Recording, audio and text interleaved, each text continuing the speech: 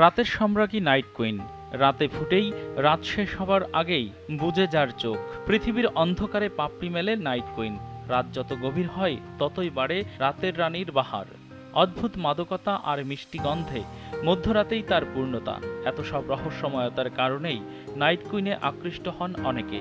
রাজধানীর অনেকেই বাসার ভেতর, বারান্দায় কিংবা ছাদে টবে যত্ন করে লালন করেন এই ফুলের গাছ।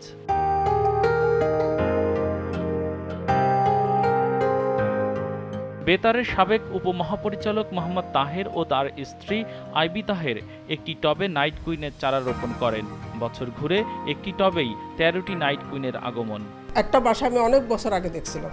আমরা রাত 12টার সময় গিয়ে ওনার বাসায় দেখতে গেছিলাম। ওই সময় থেকে আমার একটা শখ হলো যে আমি নাইট কুইনের চাষ করব। সবচেয়ে আনন্দ লাগে, সব খুশি সেটা হচ্ছে যে যখন এই ফুলটা ফুটে, যদিও ক্ষণস্থায়ী, তো আমাদের সবার জীবনেই তো এরকম ক্ষণস্থায়ী।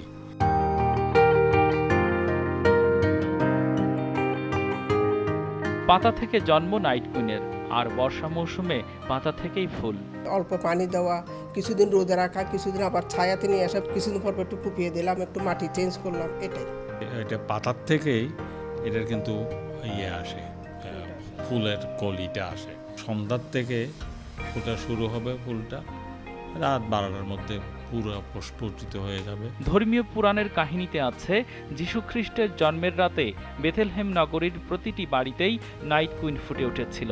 সেই থেকে বেথেলহেম ফ্লাওয়ার নামে পরিচিত night queen. S M Alamgir, GTV news, Dhaka.